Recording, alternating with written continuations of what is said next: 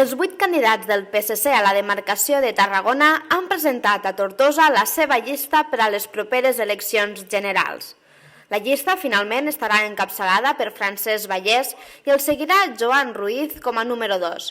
Així doncs, Lluís Alizárraga ocuparà el número 3, tal com proposava la Federació del Camp de Tarragona, i la seguiran Anton Ferrer i Arantxa Ordaves. Vallès ha afirmat que es tracta d'una candidatura respectuosa amb el territori i ha recordat que fa 4 anys van adquirir el compromís d'aturar el transvasament de l'Ebre, una de les primeres iniciatives que va dur a terme el govern de José Luis Rodríguez Zapatero.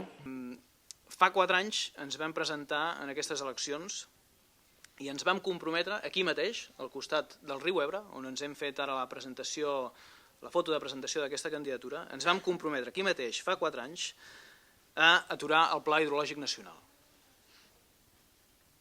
I així ho hem fet. I vull recordar-ho avui aquí perquè aquesta va ser la primera mesura que va adoptar el govern de José Luis Rodríguez Zapatero després de retirar les tropes d'Iraq. La primera decisió que va adoptar el govern de Zapatero després de la retirada de les tropes d'Iraq va ser aturar el Pla Hidrològic Nacional.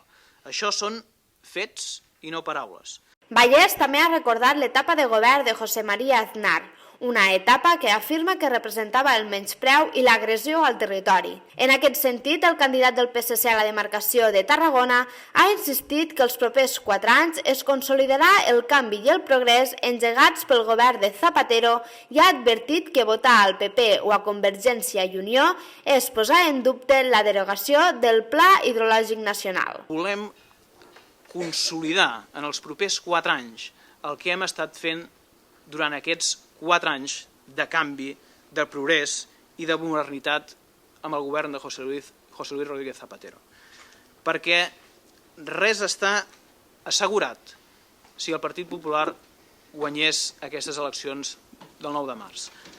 Ni els avenços socials que hem aconseguit al llarg d'aquesta legislatura, que són molts, i que afecten a la qualitat de vida dels ciutadans, al dia a dia de la gent, ni tampoc està assegurada la derogació del Pla Hidrològic Nacional.